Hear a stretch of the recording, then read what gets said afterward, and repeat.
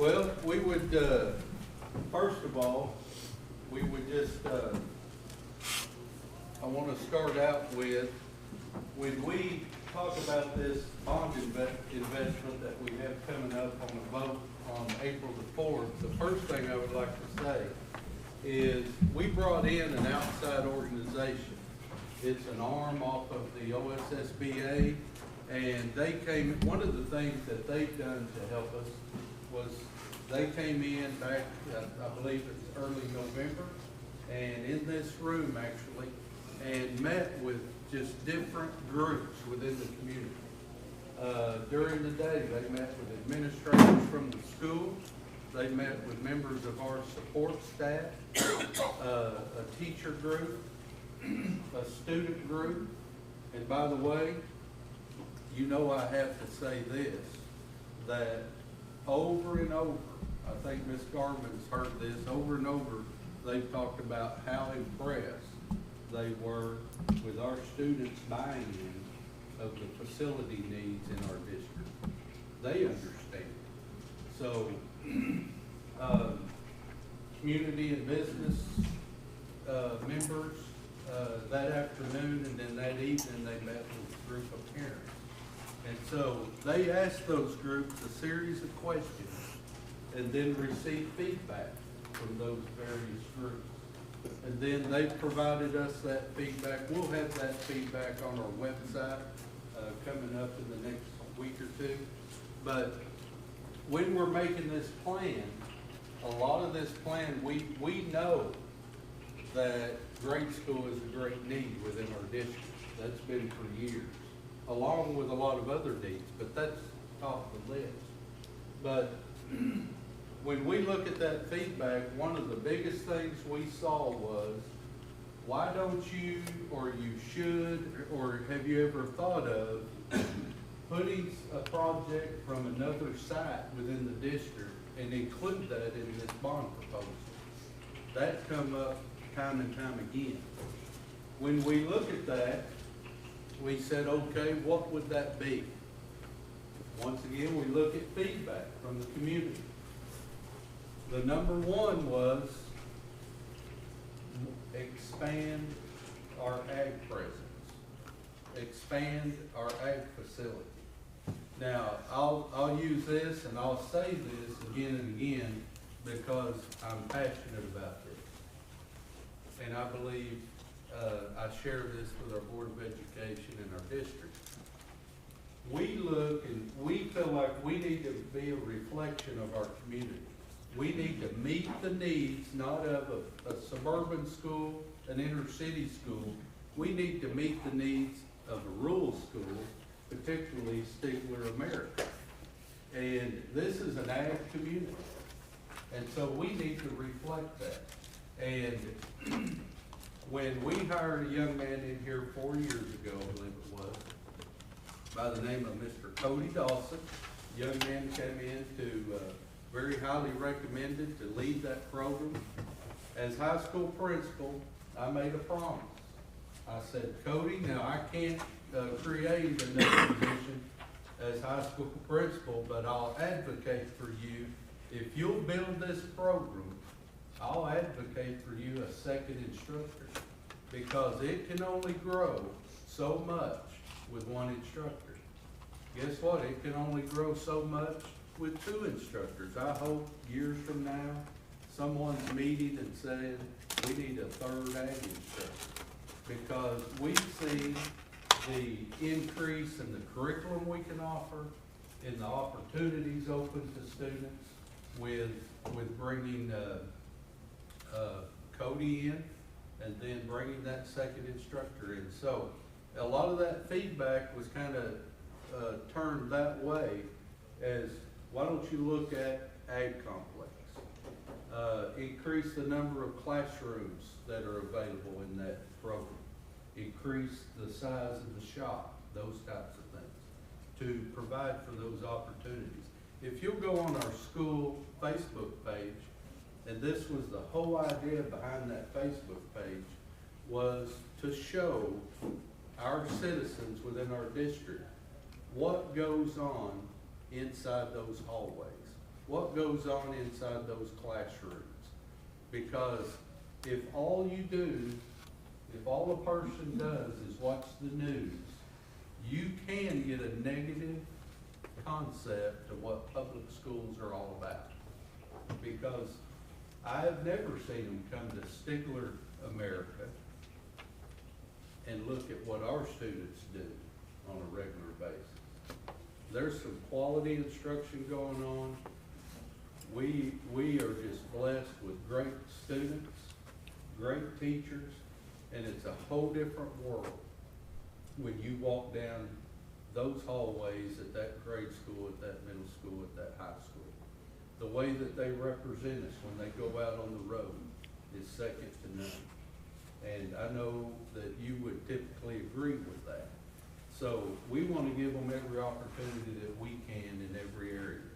So we're looking really in this plan, the bond proceeds affecting two areas, a new grade school and then new agriculture education classrooms or ag complex.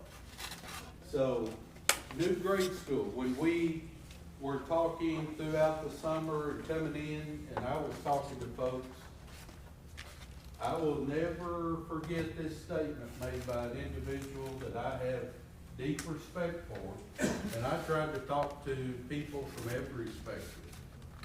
And we had a conversation.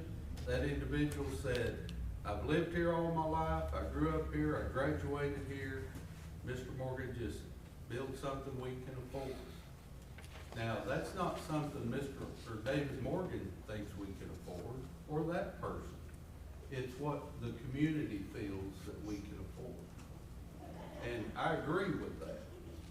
But what we tried to do within that realm, we looked at back then, if you'll remember, that a new grade school, pre-K through 4, we were looking at a price tag of about $18.9 million. And so, okay, we need to do this in stages. We came back with that, let's get this 1st through 4th grade and do it in 3 stages at the grade school. Get this done, come back later, get the PE facility gymnasium done, and then after that, then bring the kindergarten and pre-K in. So that's kind of the plan at the grade school. So we'll kind of show you that. And afterward, we've got the same diagrams over here if you'd like. Just come by, we ask you to come by and just take a closer look. But when we talk about the grade school side of it, here's a few points that I would like to make and just point out here. And we would be looking at this wing down here being basically 1st and 2nd grade. And the reason we would place them there, you can see the dotted lines would be future growth for the pre-K and kindergarten. And so you would have those younger grades down here together. And then the wing up at the top would be our 3rd and 4th grade with future growth. Covering up that facility up there would be gymnasium. Here in the middle would be what we call our specials classes across from the cafeteria. That's going to be your music and those types of programs.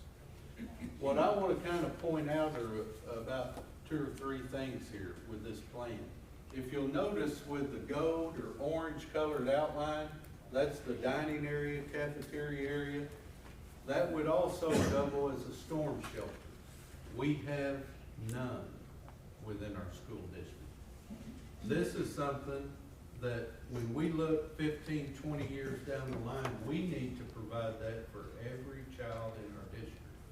Somewhere to be safe during a tornado. So that would double, the dining area would double as a storm shelter. Not dining wise, but storm shelter wise, it would have a capacity of 1,200. So it would for sure fit every person that on a daily basis that's in that building. And then also, we would need to designate a person at night, if we have a tornado warning, to come down and open this facility up for that neighborhood, for our community to use. So if you'll notice, these two exits right here, that would allow at night, 8 o'clock at night, we have a tornado warning, have that open, and where people could come into this parking lot and enter the building straight into that storm shelter, not have to access the hallways or classrooms, and be able to be afforded that safety for our community.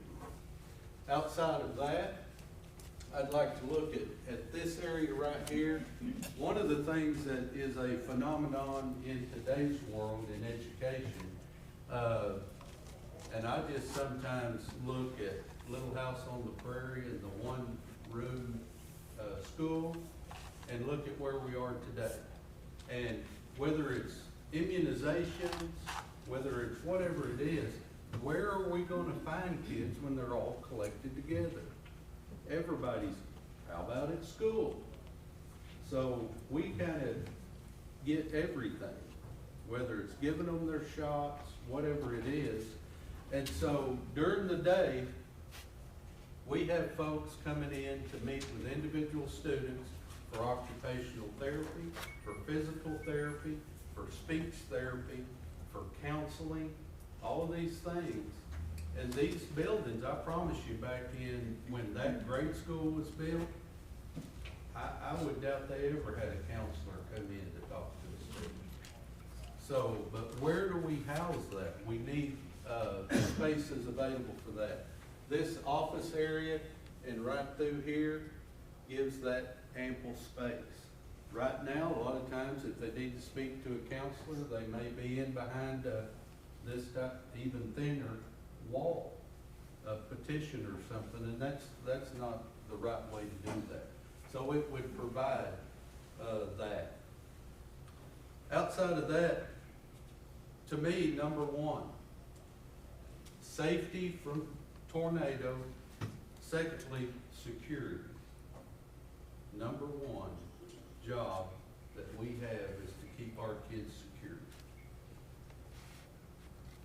However we want to look at it, we are very limited at our existing site. At the high school, we can do some things we have. At the middle school, same thing. We're not totally secure, but we can do a lot more. But when you're taking kids back and forth from portables into main buildings and to the cafeteria, and they're that mobile outside at a grade school, you cannot secure that when you are surrounded by a neighborhood,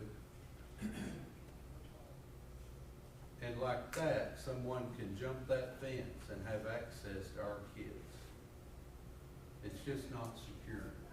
And we just shake our heads when we think about that. Security is one of the biggies. We don't need to talk about portables. That talks about safety. It talks about storms, things like that. That's just not a good situation. And just to provide students and staff with a healthy, safe place to learn. I'm going to promise you, when I walk up and down the halls at Stigler Grade School, and I wish we'd just go walk through there right now, there is quality instruction taking place. There's a teacher with 20 kids in the classroom from all different types of backgrounds with all different types of needs. And we have quality individuals, and I'll say good Christian people in there taking care of kids in a way that you and I are proud of. And so we want to offer them what they need to be successful. We look at this, and once again, these are over here, but if we look at this and kind of expand out a little bit, this would be a shot of that floor plan with the parking lots and everything added. You can kind of see how that would take place there with this here being Pea Patch Road coming this way, there, or Panther Lane, whichever that you refer to it as, and then Perry Road running up and down. And then one of the things that we wanted to do, and when we were meeting, one of the requests was, can we do a design that is very efficient for that land out there? There's 40 acres out there approximately, and this plan takes up about a quarter of that property. So that one day we can do other things out on that land, like what we're gonna talk about next. So very efficient. It would set on the southwest corner of that property, just across from the high school that sits over on this corner. Next, I just talked about ag complex. If you go, and a lot of you are familiar with this, not only are our ag students successful, not only are they doing a great job as instructors in that program, but they're expanding that program. Miss Weaver that came in, she's in this picture up at the top over to the right. She's come in when we did interview. Something come up about entomology, and her face just lit up. I've never seen anyone's face light up when you talk about bugs. But oh, that's my passion. I thought it was a little weird, to be honest. But those types of things that you and I probably don't think about. I didn't know you could judge bugs or whatever you do with them, but they just, these programs like this that just go out and represent us well, giving them that opportunity and that complex that they need to be successful. There's a third component to this that I think is very important. If you look at the programs within our system, there's probably not, and if I had you rank them in your mind, I wonder how many of us would come up with this. Successful programs in Stigler Public School. One of our most successful programs in Stigler Public Schools is our cheer program. As successful as any other program. I don't know if you know this or not, but perennially, that's a word, but every year, generally, I go watch them in the state competition. I'm proud every time I watch them. I have no idea what is going on out there. I have come out, and they did a great job, and then Kelsey, they come out crying. And I thought, what happened? You know, but man, I enjoy watching them. They are a great asset to our high school and to our school system, and the time and effort they put in. But right now, they work out in our high school commons area. It's not appropriate. The ceilings aren't high enough, not enough space. They dress in the restrooms right next door during the break before that class. So to try to provide them,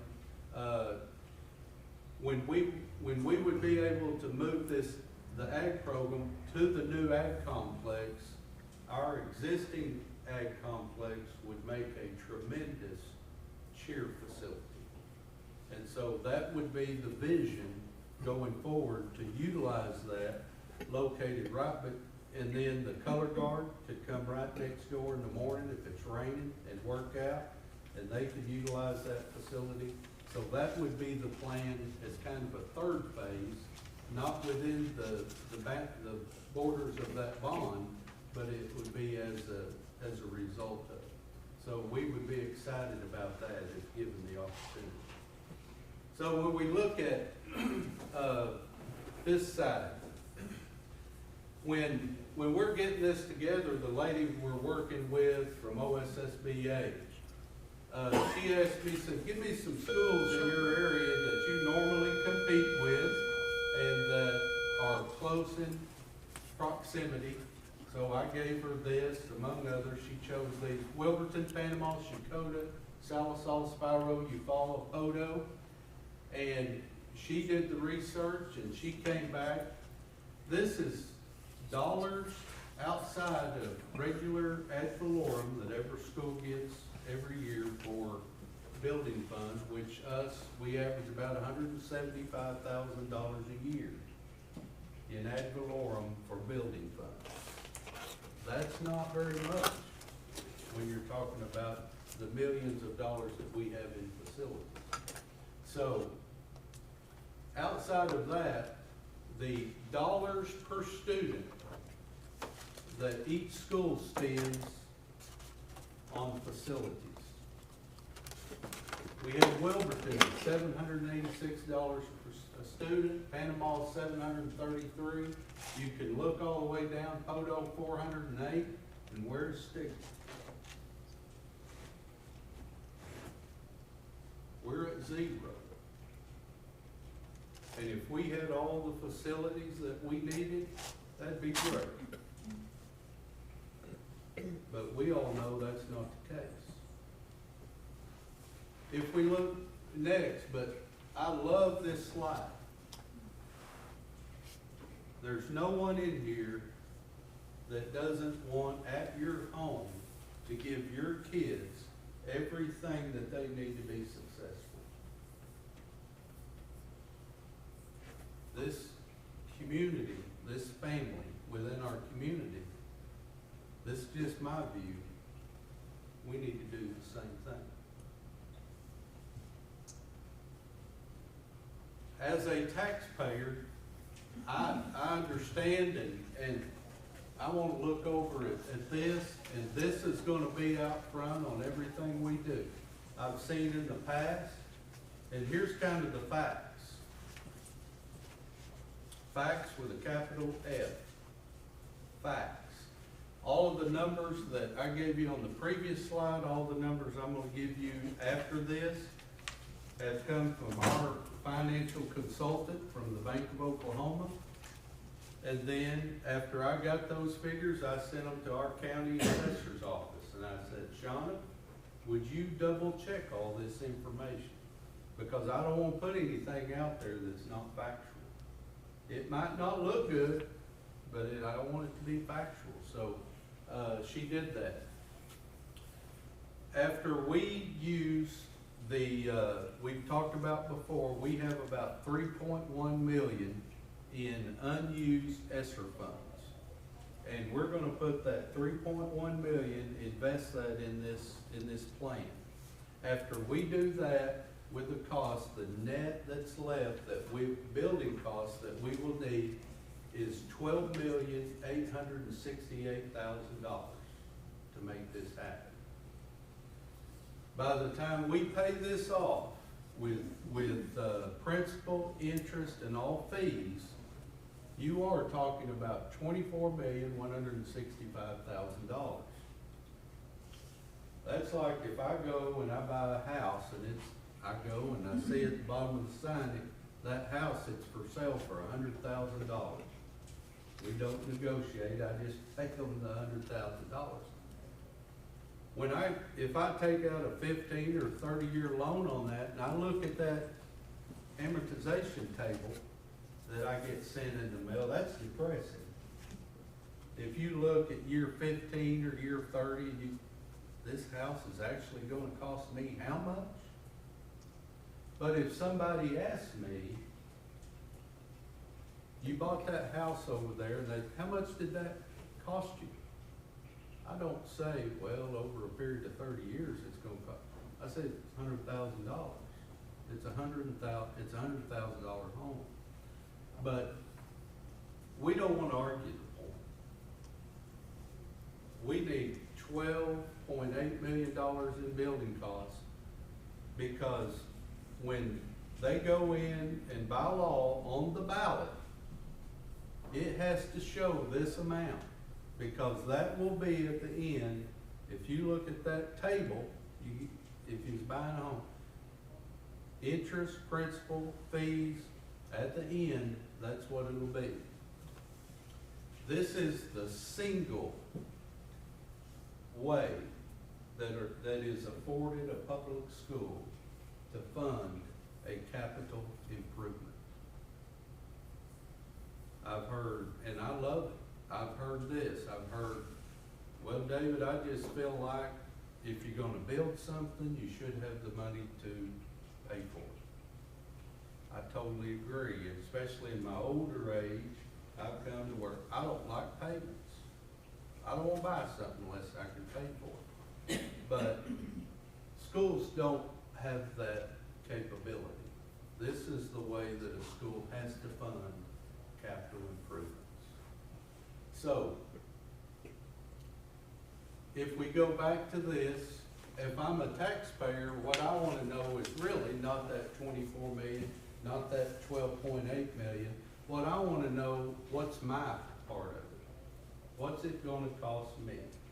And this was a good table right here. Once again, not created by David Morgan, created by our financial advisor, checked by the county assessor. The median home value in Stigler is $86,500. At this home value, the bond portion of the investment plan is expected to cost the homeowner, this homeowner, $15.37 a month. That's the median home value in Stigler. If I have, I'm gonna use on that table, and you can read it, and I'm gonna use the year 2024 and $100,000 home. And the reason I think this is important is after the last bond issue, I was visiting with a young man, and he said, and you could tell we had a relationship because he confided in me, and he said, Mr. Morgan, I'm gonna be honest, I had to vote against that bond issue. And I said, well, okay, if that's your prerogative. And I don't know if he volunteered it, or I might have said, well, can I ask why? I'm not sure. He said, well, he said, it just come down to me and my wife didn't feel like we could afford that $200 and something a month increase in taxes. And I said, well, can I say this? I think I know kind of where you're at, probably around tax-wise. And it wasn't gonna be $200 and something a month. It was gonna be $200 and something a year. He said, are you kidding me? What that was, and not fault of anybody, but that was, if we would have gotten with that person one more time and shared the facts about what it was gonna cost he and his wife, I would guess that would be 2 no votes going when he knew it might cost $17 a month. And he is a big supporter of the school. He's probably gonna vote yes. And that's just the difference in, not he's a bad person because he voted no, it's just getting the information out. So, $100,000 home, and this is assuming homestead exemption, would cost about $17.73 a month. So, this is the information, in my belief, that we need to get out to our patrons here within Stigler. Of course, we know residents can vote election day, April the 4th. We would like to keep out there, and we will be sending out things for early voting, and keep that, make sure we understand the deadlines on early voting. Deadline to register to vote. If you have I don't know why, but I think about our college students, those kind of folks.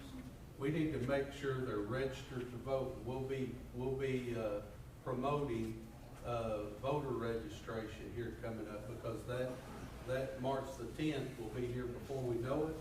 And then absentee ballot. We need to be aware of that and that deadline. So with that, anybody have any questions? Do you have the plan for the ag building? Or? We don't financially. We are patterning financially.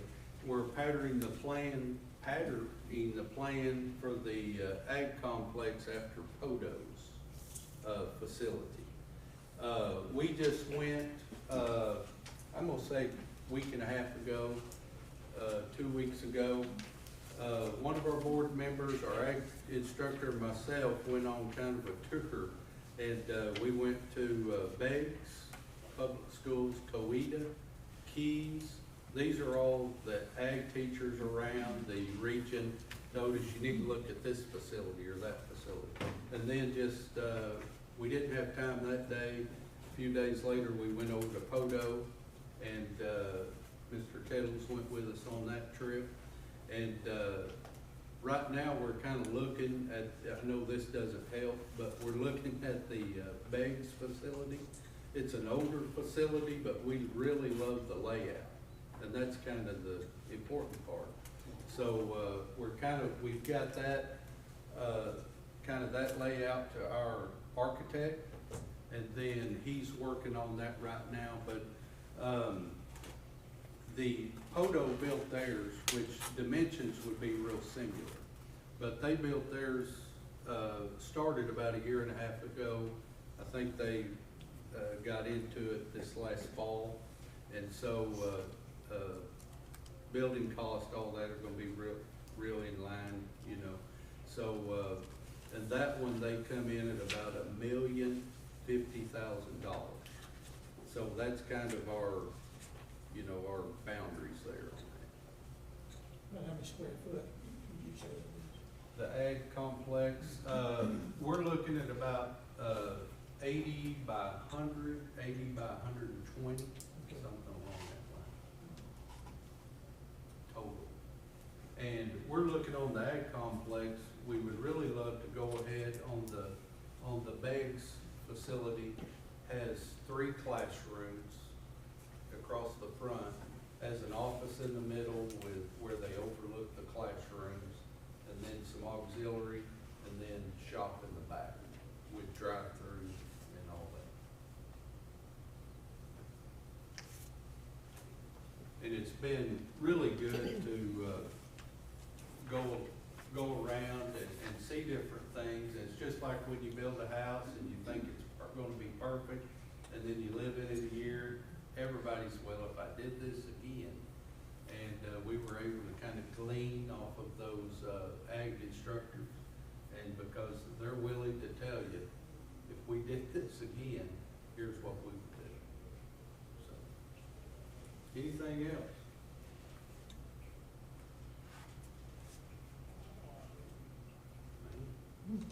Require 60% of the. Yes.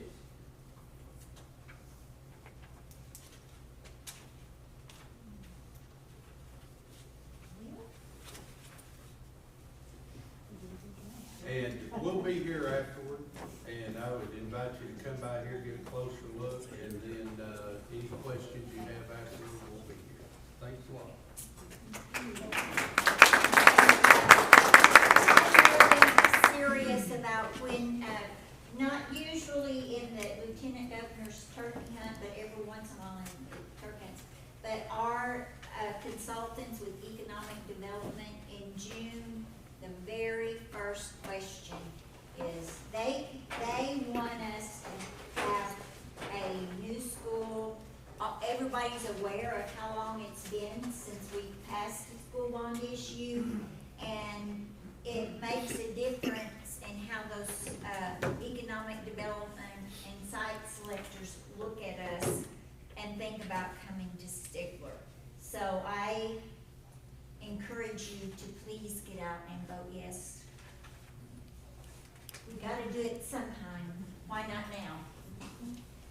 Okay, anybody have any questions for me? I have the community calendar, and then I have all the good things that are going on in Stigler, because that's what I'm trying to focus on this year, to get out the positives.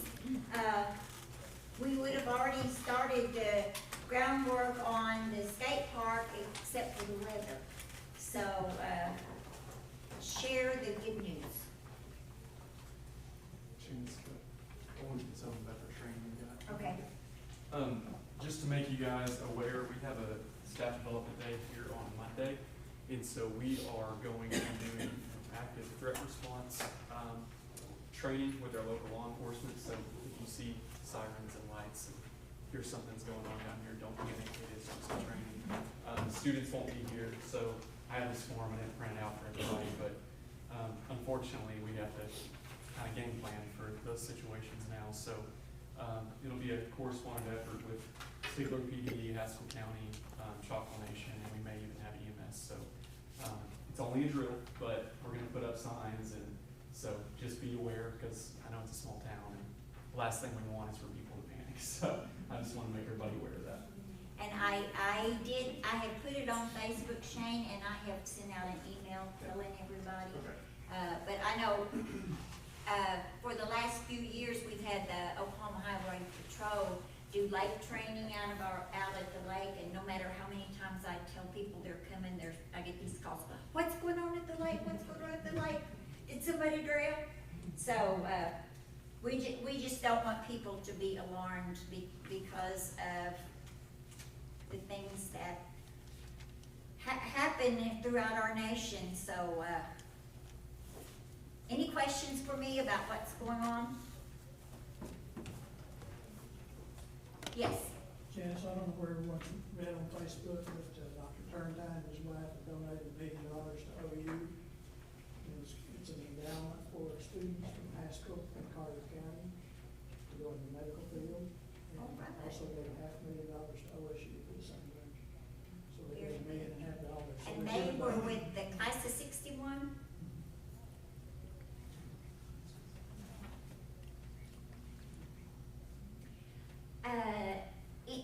Summer, did you have anything for the Advantage or? We did have to push it a week further, due to advertising. We're still trying to get enough to fill it, so if you're an advertiser and you want to be in this book, please let me know.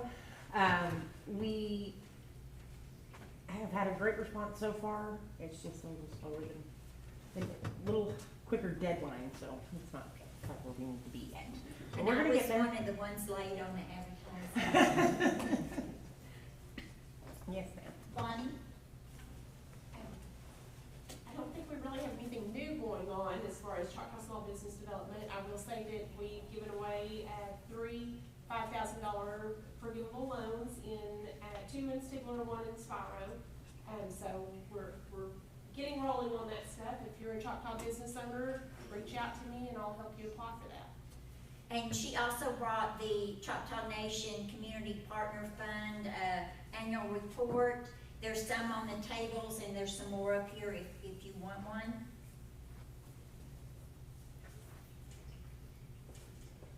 Where'd you send this?